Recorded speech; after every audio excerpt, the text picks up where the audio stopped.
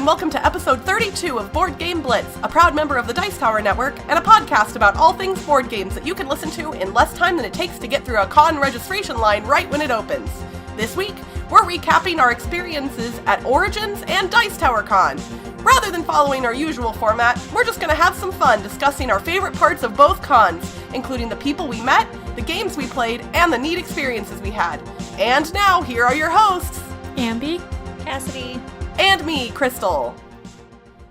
So, June and July were pretty exciting times for us here at Board Game Blitz because all three of us got to attend at least one board game convention. Yay! Hooray!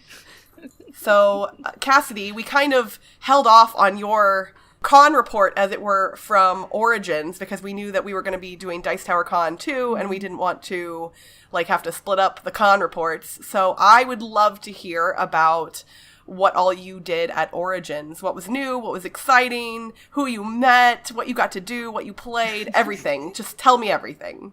I usually just go in and buy things and leave because I'm only there for an afternoon usually. Since it's my local convention, I still feel obligated to do my daily weekend routine stuff. And so this year I actually took Friday off work and went for the majority of the day. And I got to volunteer at the Dice Tower booth, so I got to hang out with some of those guys we met at MeepleCon and then meet some of the other folks while helping man their cameras and then having them do an impromptu interview.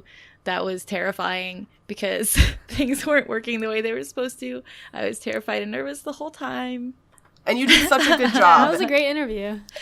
And Ambie will, being our awesome person behind the scenes, will link to that part of that video on the Dice Tower's channel, and for any of the Blitzketeers who missed it when Dice Tower was doing their live coverage. So if you want to see the Dice Tower's interview with Cassadi at Origins, we will have that in the show notes for you. Good luck with that, future Ambie. So I actually, I did 2 hours with them Friday morning. That was the first thing I did. And then after that, it was Wandering Vendor Hall. I ran into a couple of our Patreon supporters and got to play some games with them. We just did some demo stuff in the vendor hall, so that was awesome. I know I missed some people and I felt really bad. I just ran out of time and it was kind of sad. Well, at a con as big as Origins, I think that that's to be expected. Like, time and space and the ability to meet up at all kind of all factor into making that difficult to do. I usually don't play a lot of games, Origins especially, or Gen Con either. And I played 7 games, which doesn't seem like a lot, but for me at a con, that is a lot. Usually I get maybe 5 games if I'm lucky. So I played 7 games. And Unearth was my favorite by far from the con, which I'll be discussing in detail next episode. And Purrrlock Holmes. So, okay. I loved this game. So this is Purrrlock Holmes, spelled P-U-R-R. Purrrlock Holmes. I think it's the Furriarty tale, like Furriarty's tail. Furriarty. Yeah. And Trail, I think, right? Furriarty's trail. Yeah. Maybe. It's on my shelf. I should know this, right? When I first saw this game before Origins, I kind of rolled my eyes and was like, are you kidding me with the cat puns? Because this is ridiculous. But then I played it and loved it and purchased it. And now it will forever be on my shelf because it's a fun little deduction game. Yeah, I got to play it at Dice Tower Con too. Yeah, it was pretty cute and simple deduction game. But yeah, pretty fun. Yeah, I think it'd be something pretty simple to play with kids, which is nice. Plus, they will love the puns. Thank you, children, for being the way you are. Hey, wait, I like puns too. Yeah, I already talked about Kitten Klash in the last episode, I think, and that was another one I got to try there too. So I honestly had the most fun at Origins that I've had, I think, ever attending, except for maybe my first one, because it was my first one. And that was honestly because of all the people that I got to meet that I've been interacting with online and just being involved in the community more than I had been in the past. So Origins was awesome for me.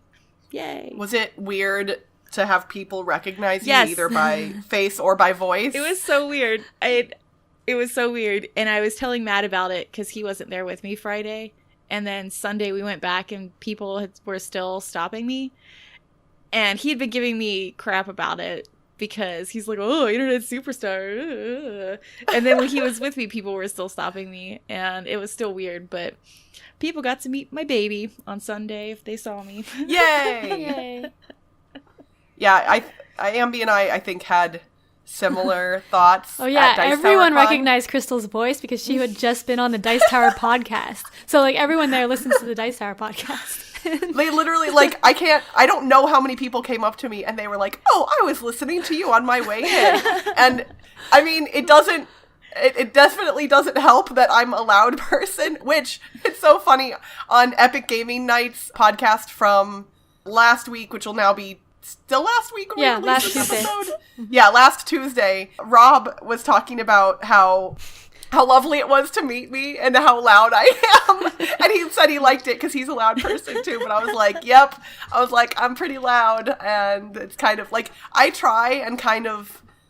don't try and change who I am when I meet new people, but I do kind of try to subdue myself. Tone it down a little and not scare everyone away. Yeah, just a little bit. Yeah, because, like, I do have a very big personality, and I don't want to, like, intimidate people or, like, scare them off right away because I want to be your friend. But sometimes when I'm really excited, I have no control over my volume or anything else. So I'm glad that it didn't appear that I scared anyone away. So other than Unearth and Purrrlock Holmes, were there any other games that you either got to play or that you saw at Origins that were kind of standouts or things that you want to try in the future or anything like that? Barenpark, but we already discussed that. Awesome. Yeah, no. Yeah, Barenpark is still, I mean, it hasn't really been that long. It's been, a month, but it's still really awesome. There's a game from Renegade called Sentient, which has beautiful dice. The dice are so pretty. The dice are so pretty. And the game, I did get it to demo it, but the baby was with me and she was not cooperating or wanting to sit still. So I feel, 1, bad for everyone that had to demo that with me. And 2, bad for the guy that was giving us the demo, but the game was neat. It was a little too mathy for me, and I know it wasn't even really that mathy, but I don't like to do math in my games unless I'm playing solo, apparently. But it's such a pretty game. It was such a pretty game. It does look very neat on the table, and the box and the art is so pink, and I won't lie, I love that. I'm the sucker for girly colors. But yeah, a lot of people were playing it, and I almost got into a game. I was this close, but I had to go take a phone call, and they were, like, almost ready to start, and I was like, if I'm not back, start without me. And I got back, like, just as they had started the game, and I was like, darn it! So I watched a little bit of it, and it looks very interesting. I don't know if it'll be a game that I'll love, but it looks really cool, and I still am interested in trying it. So was there anyone, Cassadi, that you met at Origins that you want to give a shout-out to, or anything like that? Well, I already gave my shout out to the 2 designers of Kitten Klash in the last episode. They were lovely people, and I can't wait to see them at the next con. I think they'll be at Gen Con, so it'd be awesome to see them again. And who else did I see? Oh, I'm forgetting names now. I did run into Patrick from What Did You Play Last Week? This week? I always say that wrong. What did you play last week? This week. I always say that wrong. Sorry, guys. I still like you guys. I suck. But yeah, I ran into him. I went down, I want to say Thursday night, late night, for an after-hours charity thing that they were doing. I ran into him there for a second. Oh, and the lovely ladies from Great Way Games. I did get to meet them, and they were lovely. They are basically the best humans ever. If our listeners, if you haven't started listening to Great Way Games yet, spoiler alert, their podcast is basically the best. And that's weird to say, but it's interesting because it's very different. I think, if I've mentioned this before, I don't care, I'm doing it again. But they don't talk about, like, recent gameplays or specific board games. They talk about the experience of playing board games. So it's very different than most board game podcasts, and they always put a positive spin on their discussions. It's never like talking about the bad aspects of things or negative stuff. And so it's just lovely to listen to. And they have Pet Corner, where they talk about what is going on in the lives of their pets. And I'm a sucker for animals. So, and really, those three ladies are just the best humans ever. So if you aren't listening to Great Way Games, you should definitely do that. Okay, so we got Cassidy's report from Origins. And then Ambie and I just recently got back from Dice Tower Con. And Ambie, I know you've been to big cons before, but this was my first not tiny con. So It was really exciting for me. And apparently it's not even a big one, right? Like no, not even close. Technically, like it's 3,000 3,000 people. Yeah. But the biggest that I had been to prior to it was 600 people. So it felt pretty big to me, but I totally recognize why things like Origins, Gen Con, SN, UK Games Expo, like why those things obviously are the big cons. But it was big to me. Yeah, it's big to me too. Best way. Yeah. I loved it so much. I cannot tell you how good of a time I had. I mean, I'm going to try. But the games that we played, the people that we met, the experiences that we had, all of it was just... I mean, the con as a whole is 100% my favorite experience overall in my life as a gamer. Hands down. Not, like, no contest. Nothing comes close at this point. And I have already reserved a villa at the hotel for next year's Dice Tower Con. Because, yeah. And apparently the villas are already sold out. Yeah, I think is what I saw online. Early. Which is crazy. Like, it's literally a year away. And now the hotel rooms are still available, the suites, but the villas are the cool ones that have like 2 bedrooms and they can fit technically up to like 8 people, although we're not going to have 8 people in a villa. But yeah, I got a villa, thank goodness. And it sounds like Ambie's going to be my roomie next year. Yay. And then we're trying to get Netter's Plays, Annette. I think she might be in as well, so she might be taking the other queen bed in the room with me. Oh man, now I gotta see if I can make it. Yeah! You definitely do, because it's the best. It's hard, though. Yeah. So enough about next year's Dice Tower Con. Let's talk about the one we just went to. Yeah. Ambie, do you have any games that you played that were kind of standouts for you at Dice Tower Con? Yeah, one of my favorite games I played there was Magic Maze, which is a real-time cooperative game for 1 to 8 players. I played 4 and 5 players. I played it 5 times, I think. So, and this was one of the ones nominated for the Spiel? Oh yeah, if I am yeah, it was. Correct? Yeah, but I really like real-time cooperative games. I have like a shelf of real-time cooperative games in my gaming shelf, like a whole area of it. So I really wanted to try this out. And it's really interesting because there are 4 different colored pawns that everyone can move, and you need to get them to their specific colored treasure and then get them out of the maze. But the trick is that each person can only do 1 or 2 types of actions. So like, for example, I could only move a pawn north, and Cassadi could only move him east, and Crystal can only move him west or something. And so we have to work together to get them to go where we want to go. But we can't communicate during most of the game, except there's a wooden pawn that means do something. It's like a do something token. You can put it in front of someone and stare intently at them, and that means that you want them to do something. So, but then there's also, during some spots in the game, you can talk. Like, there's hourglass tokens on the board. If you go on there, you can turn the hourglass timer over, and you might get extra time from that, or you might get less time, depending on where the timer was. And when you do that, you can talk until someone makes an action. So it's really interesting because there's 4 different pawns to move, and while you're focusing on one of them, everyone else could be focusing on another one, and they're like telling you to do something, but you don't know what they want to do because you're looking at this other pawn. It's hard. So you have to focus on everything at the same time, and it's really hard, but also really fun. That's Magic Maze. So that was like probably one of my favorite games. I also got to play Attack on Titan: The Last Stand, which is based on the anime Attack on Titan. It's a one-verse And it looks mini. pretty cool sitting on a table. Yeah, it's kind of like King of Tokyo for the mini. You roll dice, and then the one has these cards that they play, so there's some mind games there. It was pretty fun. Oh, I got to demo Flip Ships from Renegade Games. It's a dexterity game where you're like flipping a ship onto these cards to attack them. And Yeah, that I remember seems really seeing cool. that one there now. Well, actually, I saw it at a different event, an Origins event. Yeah, did the whole thing. It was crazy. And the title is an ambigram, So, like, it reads the same upside down as right side up. Ooh, I like those. Yeah. I didn't realize that. It really, to me, I didn't get to play it, but I watched some people playing that one, and it feels like that old arcade game where the aliens are coming down and you have to shoot them. It feels like a board game version of that. Mm-hmm. Oh my god, what is the name of that Asteroid? game? No, Space Invaders! Yeah, Yes, that Space one. Invaders. Space Invaders. It looks very cool. I got to try a number of cool word games while I was at Dice Tower Con.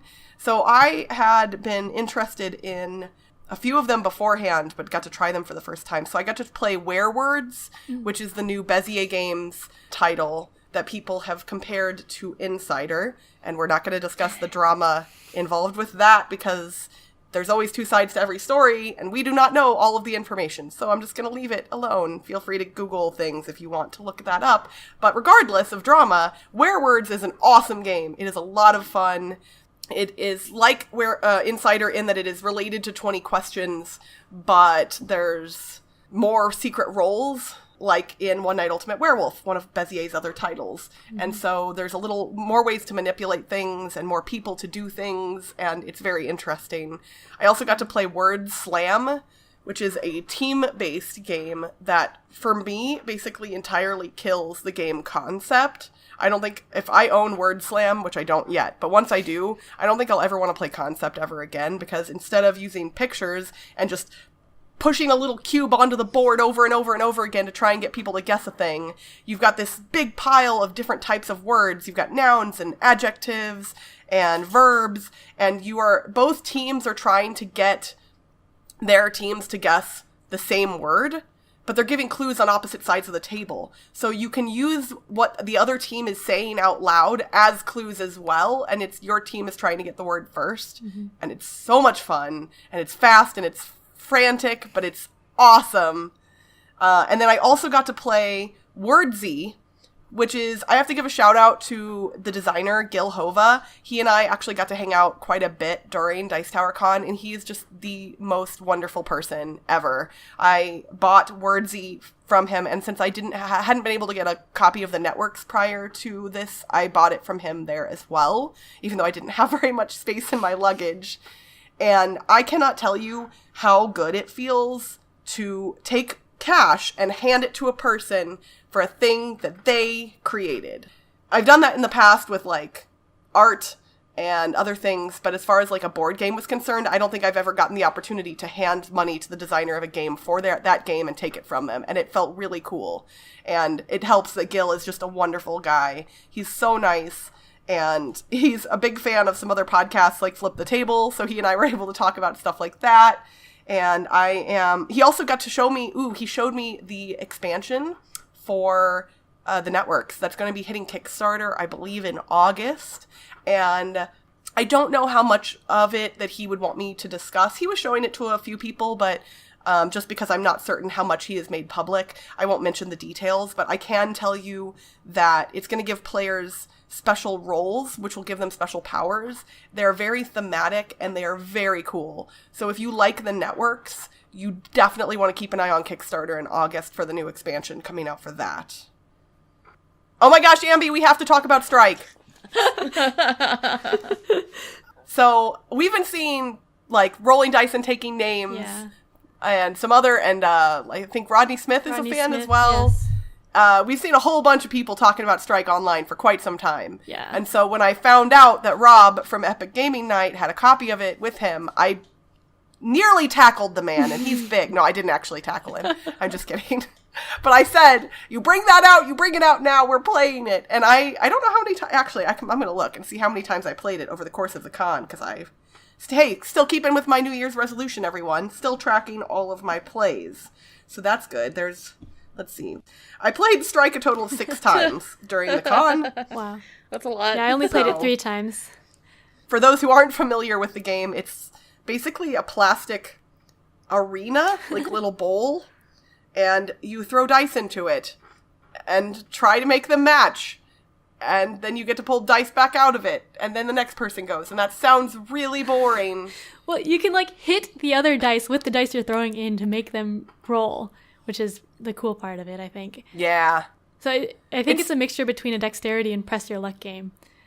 And I know that there's arguments online against it being a dexterity game. I think there's a discussion going on actually right now in the Ding and Dent podcasts forums on BGG about whether it's a dexterity game or not, because technically you do not have to use dexterity to play it. You can just simply roll the die into the bowl. But that's not the fun of Strike. Yeah. We found out that we were playing technically by not the right rules, but we don't care. We like the rules that we were taught, and they're better that way. Yeah, like I read the real rules, and it's a lot less push your luck and less dexterity in the real rules, so it's less... I think it sounds a lot less fun in the real rules. Yeah. Because you have no choices. Our way is better. Well, Rob's way, I guess, is better because he's the one who taught us. So that was good.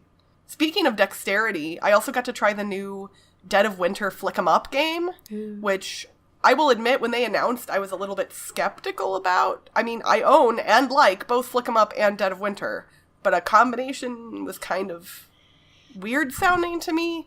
And it was super late at night when we were playing it, and we did mess up some of the rules, so I don't have a completely 100% solid grasp on the game, but there are some very, very cool mechanics and pieces within the game. Like, anytime you make noise near a zombie, then a zombie rush happens, and what happens is there's this big tower, you place it behind the nearest zombie, then pick that zombie up, and sometimes you have to pick up other nearby zombies as well. And they go on top of the tower, and then there's a trap door that you release, and they slide down toward your character. And sometimes they hit you, and sometimes they don't, based on how far away they were. So there's a risk element involved in creating noise if you're really close to a zombie, because it's likely that they're going to hit you and do damage when they rush you. And it's really quite cool. Yeah, that sounds really cool. Yeah, I was kind of blown away by the little tower. So, and there's different scenarios. There is an ability to have a trader involved, but we didn't use that in our little quick gameplay of it. So I'm not certain how that will work, but it definitely sounds interesting. I just don't know, like, if people are just bad at flicking, will they just look like the trader anyway? I don't know. But yeah, whenever, I think that's hitting retail soon. Maybe at Gen Con? I'm not certain. But if you're going to be at a convention where it's being demoed, I definitely suggest at least giving it a try. My problem is I don't know if I need to own both regular Flick 'em Up and Flick 'em Up Dead of Winter. I think I prefer Dead of Winter, but since I don't need to own both, I don't know, maybe I'll sell Flick 'em Up and just buy Dead of Winter. That might be an option. Okay, so we're already running out of time, which seems crazy because we could talk for probably hours. But luckily, Ambie wrote a blog about her experiences, and we have a vlog coming out now? Soon? Already? I don't know. Maybe it might come out before this episode airs. Yes. Okay. So you should watch our vlog, which has some more stuff in it. But I did have to mention that I got to play one of the new titles from Restoration Games, Downforce, which is their racing game, and I really enjoyed it, which racing games, as I've mentioned on the podcast before, are not a genre that I tend to gravitate toward. It's definitely a fairly simple game, but it's a lot of fun. I played that too. It was fun. Like, you get to bet on the cards, and that was cool. Yeah, like, you don't have to... You're not necessarily racing. Like, you own a car, but you don't have... That car doesn't have to win for you to win, which is kind of nice, because you can bet on the other players. And then right after we finished Downforce, so we were playing with the guys from Restoration Games, and afterwards I very, sneakily pulled out my copy of Heartthrob and asked who wanted to play, and everybody that was playing Downforce was in for Heartthrob. So we played a game of Heartthrob, which, if you don't listen to Flip the Table, is one of their, big wins that they bring to cons all over the place. And so I brought my copy, and we got to judge 80s stock photography boys by the way they look, which is fun.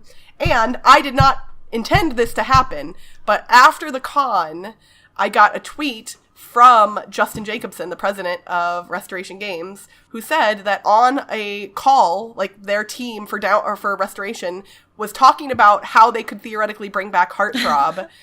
Wow. And what was really cool for me is, in the game we played, we ended up in a tie, and I don't know if there's a tiebreaker in the rules, I don't know it, so I made up a tiebreaker kind of on the fly, and he said that in their call they even discussed my tiebreaker that I created, and I was like, all Yeah, like real people who design games or bring back games talked about a thing that I did, and that was really cool for me.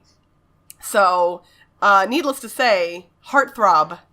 This could be the first you've heard, but if it comes back, I need at least a tiny mention in the credits or something. I hope that I caused this to happen because it would be the best thing ever. I'm just so excited. All right, guys, we've barely touched on all the games that we played, but we did want to give some shout-outs to some of the amazing people that we met, and I know I'm going to forget some, and that will make me feel horrible, but we got to meet Nick, who is one of our listeners of the show and one of our Patreon supporters, and we got to play some games with him. He actually played Heartthrob with me, and that was super exciting because I guessed all of his answers correctly, so I felt like we had a little Blitzketeer connection. We got to meet Rob and Roy from Epic Gaming Night. We got to meet Nicole, Suze, Mandy. We got to meet, oh my gosh, so many Dice Tower contributors. I can't even begin to name all of them. Spencer and Laura, Hunter and Rebecca. Oh my gosh, I'm so sorry. I'm forgetting literally everything right now. Ambie, who else did you get to meet? I'm really bad at remembering names. I think I met someone named Aaron who's a listener. But yes, we met Aaron. Okay. We took a picture with Aaron. Oh, yeah. Okay. And I got to meet Emerson Matsuchi, who is a game designer who you may know from games like Spectre Ops. Oh, and he showed me a prototype of a game that's coming out at Gen Con, his new social deduction game, which is called Crossfire. Keep an eye out for that. Yeah, I want to try that. I already mentioned I met Gil. We got to meet the guys from Stronghold Games and the Board Games Insider podcast. Stephen Bonacore and Ignacy Chevicek. We got to meet the Dukes of Dice, Sean and Alex. We got to meet everyone. And seriously, this is going to sound cheesy, but literally everyone we met was so wonderful and so kind. And there's just not a bad person in the bunch. As far as the content creators and Dice Tower contributors, everybody is just wonderful, and if you said hi to us, or high-fived us, or fist-bumped us, or hugged us, or played a game with us, thank you so much, because you made, at least for me personally, this was the best gaming experience of my entire life, and it's because of the people. It's not because, the games are great, but it's because of the people that this was so wonderful for me. This was actually my 4th year at Dice Tower Con, and I keep coming back because of the people I've met, so I've made friends throughout the years, some friends that we know that live in Florida, Gary and Michelle, we keep coming back and playing games with them at every Dice Tower Con because we met them the first Dice Tower Con we went to, and we have similar tastes in games. And there are a lot of other people that I see every year at Dice Tower Con, and it's we're friends now because it's we all go to Dice Tower Con, which is really great. Steph, there's Ron, I don't know people's names. I'm really bad, but yeah, I can't list everyone. But basically, if you are listening to this and you want to go to a board game convention, a bigger one, maybe not necessarily a local one, I think Dice Tower Con is a great first convention for just about anyone, because there are lots of people who are putting up players wanted signs and teachers wanted signs, and even as the con grows, that's still happening. Yeah. So it's easy to jump into a game with pretty much anybody. And we set up games and we didn't even have a players wanted sign up yet, but somebody would walk by and say, oh, do you have an open seat? And we would say, yeah, sure. And they would sit down and play with us all the time. And it was just awesome. It's a great gaming environment, and I would highly recommend it for anyone's first con. Yeah, and even though it doubled in size from last year, I was worried there wouldn't be as much table space, but they have the whole hotel now, and there were always open tables to be able to play games. It wasn't too crowded, which is good. Yeah, it never really felt overwhelming. And that's it for this week's Board Game Blitz. Visit our website, boardgameblitz.com, to get links to all our social media pages, including our Facebook, Twitter, Instagram, and Board Game Geek Guild. If you're enjoying the podcast and want to show us a little love, you can become a patron for as little as $1 a month. Just head to patreon.com/boardgameblitz. Our patrons get a lot of benefits, including access to our private Slack channel where you can chat with us directly anytime. Our theme song was composed by Andrew Morrow. Technical support provided by Toby Mao. Board Game Blitz is a proud member of the Dice Tower Network. Check out the other shows in the network by visiting dicetowernetwork.com. Until next time, blitzy happy people playing games. Bye everyone! Bye! maybe future Ambie will be able to put a link to their future stuff Ambie's in our gonna show have notes a as lot of well. work this episode. Sorry, man. I'm like future Ambie's horrible taskmaster. Usually I'll put a link if we mention something. Because you're the best. Yeah. You and future Ambie are the best combined. What about past Ambie? I mean, You know what? forget Past Ambie. She's in the past. Oh. So we've barely even scraped the top of the water. Is that a phrase? That's not a phrase. Surface. That's Scrape You the- could Yes. it could have been skimmed the top of the water. Because you do that when you clean pools. I'm sick. Oh gosh. Okay. I can't. No idioms. Idioms are a bad idea.